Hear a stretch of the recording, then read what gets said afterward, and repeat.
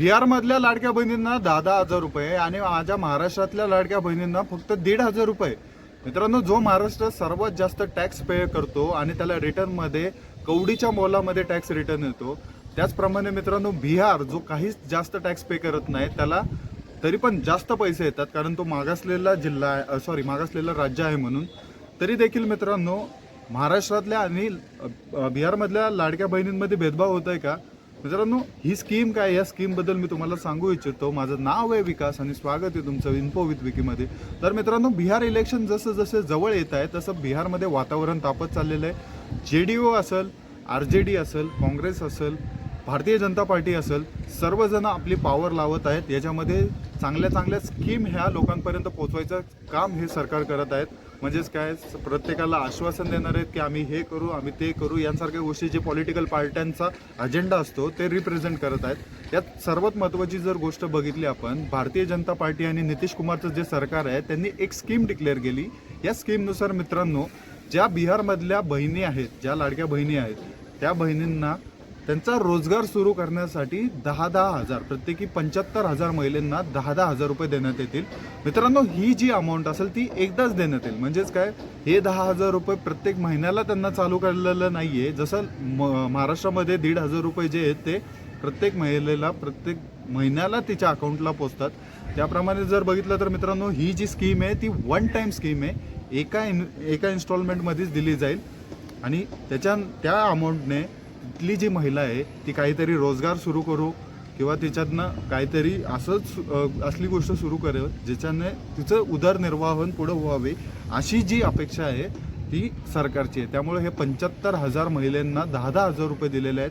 Calculation जर केलं तर याची जी संख्या होते ती 75,000 कोटी रुपये होते. मित्रांनो, याच्यात जर आपण पाहिलं, इलेक्शन जवळजवळ आलं की त्यानुसार ह्या स्कीम डिक्लेअर होतात. हे सर्व पूर्ण मीडियाला पण माहिती आहे आणि संपूर्ण भारताला माहिती आहे. वन टाईम सेटलमेंट दिली जाते, त्यांना एक टाईम पेमेंट दिलं जातं.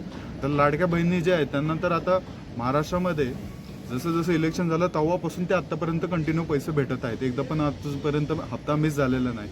उलटं महाराष्ट्र सरकार त्याच्यामध्ये वाढ करायचं बघतंय की त्याच्यामध्ये आपण त्यांना पैसे वाढून देऊ शकतो का, आणि गरजूवंत महिलांपर्यंत ही स्कीम कशी पोहोचेल याबद्दल महाराष्ट्र सरकार विचार करत आहे.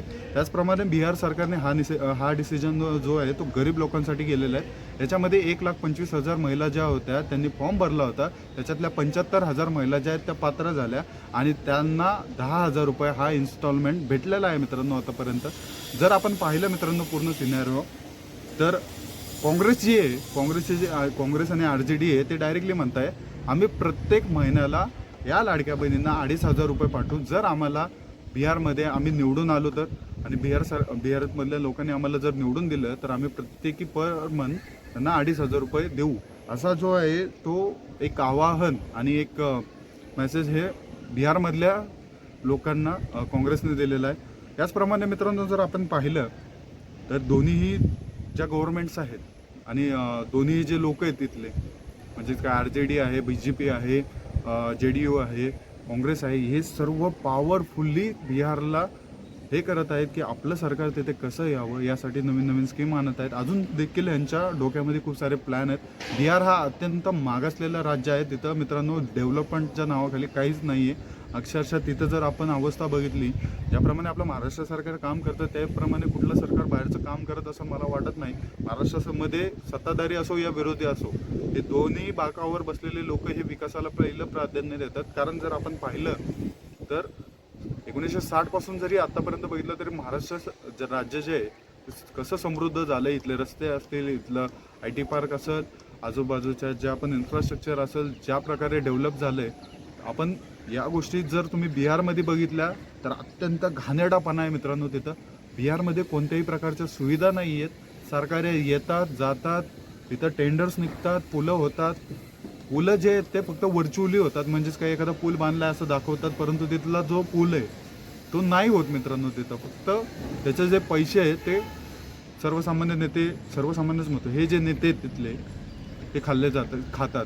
त्याच्यामुळे जे बिहारची जनता आहे ती महाराष्ट्रासारख्या राज्यामध्ये येतात आणि महाराष्ट्रामध्ये येतात, कामं करतात, उदरनिर्वाह करतात. इथं मित्रांनो, इथल्या ज्या सरकारला हे असे पैसे देण्यापेक्षा तिथल्या लोकांना रोजगार करण्यास कसं हे होईल याकडे त्यांनी जास्त फोकस केला पाहिजे.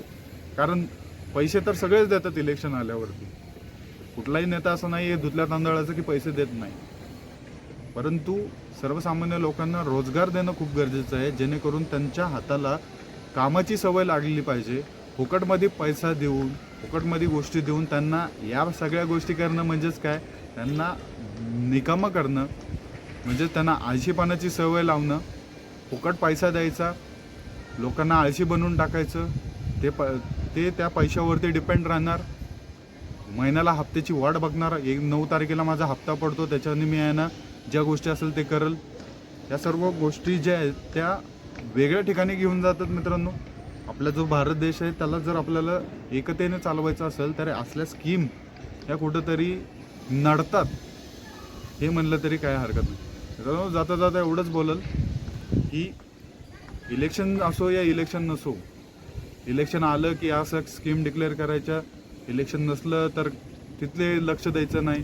या असल्या गोष्टी सोडून सरकारने असे चांगले डिसिजन घ्यावं जिथे जे राज्य आहे ते समृद्ध होणं गरजेचं आहे.